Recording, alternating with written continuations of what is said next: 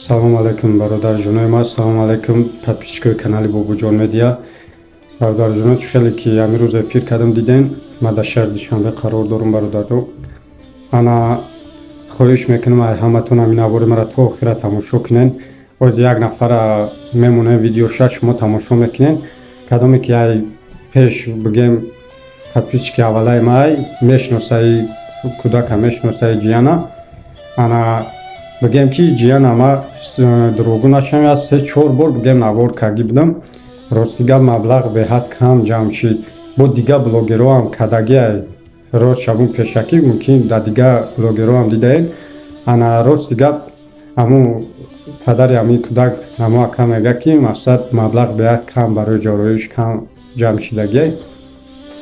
хоҳиш мекунам бародарҷоно, ана барои худо амра як кӯмак кунед. ба ира бугумтон бародарҷоно ки ана бисёриёт мегӯянд ки барои чӣ мисол наворое ки нав мекунем ода намебирояд, барое ки подписатсия накардаем, кадоме накардаем бидуроен илтимос канала як дастгирӣ кунед, подписатсия кунен, лайктона бимонен. иншааллоҳ савобаи амни кадоме ки зӯртон мераса илтимос. баъд баъзеҳо менависонанд комментари дада ки э муҳоҷирора рӯз метӣ шумо ягон навори мада дидаем ки ма гуфта бошам ки муҳоҷиро кӯмак кунен. ма фақат мегӯм бародарои хайрхоҳ фарқ надорад ки ма аввалаш мегӯм ки медонам муҳоҷиро дар чӣ ҳолатанд. алло ҳамаша мушкилишон осон кунад ва худо ҳамаш ба тани сиҳат бошад. не ки ма иминои муҳоҷир нагуфтам ку ҳо видеои аввалам дар тамошо карда бошед мегуфтам ки бародарои муҳоҷир, не ки баъди ки натаи проблемаҳо шид ма дигар бародарои муҳоҷир намегӯм ку ман вазъияти ӯро мефаҳмам. ма бародарои хайрхоҳ гуфтаистам, значит маълумае ки ма одамоеро гуфтаистам ки бе проблемана кӯмак кардан мехоҳам. ма амвода фақат абрашенӣ мекунам. барои ҳамин гапҳои пасти баланд нагем бародарҷоно. комментария дар якум комментария дар закрепил мекунам. канали дмг моае ки дар ӯ видеои хайриявӣ намемонем дигар бор, фақат дм канал монда. мақсад дар бораи хидмат ягон бигем барои эфир кардана қад шумо ҳам суҳбат шидан ӯ канали май дар бораи ҳаёти худам мепартом, ҳамин чизои хидма, мақсад видеои хидма мепартом. ана канале ки Бобуҷон медиа ишда фақат бигем ки видеои хайриявиро мепартоем. ӯ каналда метавонем ки кам эфир мекунем. барои эфир шароит кардан бародарҷоно ма якум комментари дар закрепил мекунам ссилкаша бидуроен ҳамун канала дастгирӣ кунем ки ақаллан 1000 нафар шава ки ҳамин эфири шӯй шава ки ҳар вақте савол дорем ма дар савол тем ма қатитон ҳам суҳбат шам бародарҷоно. кадоме ки подписчики май ҳамчун бародари май ҳамчун дӯсти май мехоҳам қатитон ҳар як ҳеч не дар 2 рӯзи як бор дар 3 рӯзи як бор қатитон эфир кунам гап занам бародарҷоно. кадоме чӣ савол дорем дар саволотон ҷавоб битам. барои ҳамин комментария да бидуроен ҳамун дуюм канали мара як дастгирӣ кунем бародарҷоно. Бобуҷон медиа дкгиай амро як дастгирӣ кунен. иншааллоҳ ки дар ӯ эфир мекунем, тез қатитон ҳам суҳбат мешем. хоб видеоро тамошо кунем бародарҷоно. хоҳиш мекунам лайка фаромӯш накунем, подписатсияро фаромӯш накунем. дар паноҳи аллоҳ бошем. видеоро ба сабр тамошо кунем. ассалому алейкум бародарои хайрхоҳ. аллоҳи меҳрубон биҷоида бошед, нигарбонтон боша. бародари азиз, кадоме ки медонед ҳамин кӯдаки 6 сола Сафияллоҷон фарзанди май бародари азиз ки ҳамаи падар модар мехоҳад ки фарзандаш солим боша. не ки худованд дар насиби мо мисол ки ҳамин кӯдака 6 солаи бародари азиз дар насиби мо як имтиҳон кардае ки роҳ намегарда, кӯдак роҳ намегарда. орзуи ҳамаи падар модар саломатии фарзанде бародари азиз чӣ қадр медонед. мо ҳам як бор канали Бобуҷон медиада мисол ҳамин видеои Сафияллоҷонро пахтем. рости гап дастгирӣ нашид, ҳисобе ки паспортро нагирифт. аллоҳи меҳрубон баракатон бита. илтимостон мекунам акаҷонои ман, бародарои ман, апои ман, модарову падаро, ҳамин чӣ қадр ки ҳамин кӯдака дидесен ҳаминро ҷои фарзанди худтон мебинед.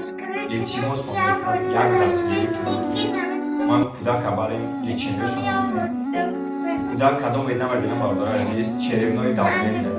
кӯдак черевнои давлениай ай таваллуд шидагиш ма ба ҳамин ёшин бародари азиза бовар кунем тӯли 5 сол 6 сол мешавад. фақат мақсад тобат личени мисол тати назорати духтур. ма чӣ қадр ки медонем бародари азиз, то ҳамин ранги шумовре ки бародарое ки ғарибе ки тамошо мекунем ранги шумоври Россияда кор мекардам муҳоҷирада. من دپار بودم نام فامیلی هم عوضش کردم برادرها رفتم با همین طول یه هفته پیش با گردوندنم شرایطی ندارم که چیکاری که بگم برادر عزیز رنگ یک زندان ده که محکم یکم علاج کاری ندارم برادر عزیز که من فرزند محمد شب درست باور کنید که گریم بیا که فرزند من مرا میگرده میگه که اتا جان من کی مثال رگردان میشم با آب چشم مرا هر روز همین سوال مدن یا من نمیدونم که دیگه چیکار کنم اما خدرشم مثال که میگم که الله مهربان برکتون تا التماستون میکنم یک دستگیری کنین من میدونم که کانال بابو جان مد یک کانال خیرخواه انشالله که دستگیری میکنیم برادرای ما خیلی کودک ما میبینین روزای کودک میپرسیم چی توبتای برادرای عزیز نمو کردیم این توبتایی که نمی برادر عزیز توبتای همه کودک همه این خوازای همین کودک برادر عزیز که ما توبت کردیم تا ما جای مثال کودک توبت کردیم کم دیگر مونده که همین فرزند من با پا بخیزه چه خیلی که میدونیم برادر عزیز همین خونه‌ای دیده سین این خونه در ما کوارتیر هم استیم برادر عزیز من ندارم خونه و دری که مثال بفروشم برای فرزند خودتون میدونیم برادر عزیز که برای فرزند همه کار میکنیم من برای فرزندم تا مثال که تا زیرا بالوبای کار مثال راضیم یک خونه و دری ندارم که من بفروشم فرزند خودم مثال که توبت کنم برادر عزیز بنا به خدایی که برادرها خلقم کردی بعد رجال مجبور موندگیم برای فرزند که آج ما اگر امیر نکنم 2-3 سال پس کودک اوجه دیگه توبت کرده نمیشه التماس میکنم به طرف نباشیم یک دستگیری کنیم همه مثلا که بابو جان ما گفتم که اکا جان خیلی التماس میکنم یک بار دیگه ویدیو کنیم با خدا برادرها باور کنیم من یکم سوم همو اکا گرفتگی نیسته میکنیم گفت و در جان میکنیم انشالله دستگیریتون میکنم خیلی بول زور کودک هم ببینیم بچه جان هم چیزی گفتنی هم اکوده همو بکوره بگوش بلند که اکواد بشنوم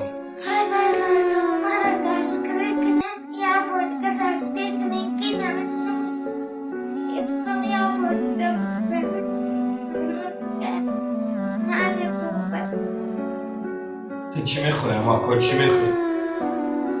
گریه نکن بچه جان چی میخوای بگوش؟ میخوای که مکتب بره؟ برادر عزیز خیلی چیکار که میدونین گولا کنگو کنین که گپ زدن هم میتونن گریسته سعی فرزند دارین پدر مادر دارین شرایطتون میرسه که یادم کنین التماس به طرف نباشین کودک با درجه وضعیت بزرگ ده که فعلی کودک باید در این چین در این فصانی در این خشوگی امسال باید درس ده برای یک خشمختی میتیم هم کودک ده یک خسنده میتیم که همین کودکی من مثال جای فرزند اختون مونین مثال توبت بیاور درس نبروا همه وقت در راه شما و برادرای مسلمان برادرای توجیکی من انشالله دعا میکنیم الله مهربان نگهبانتون باشه چی کارتای برادرای عزیز ببینین کارتای خیلی نای مثال میتونه که خیلی اختون بنویس مقصد که بگذارین الله مهربان در پناه خودش نگاهتون داره خیلی بار اگرده کودک کار میبینیم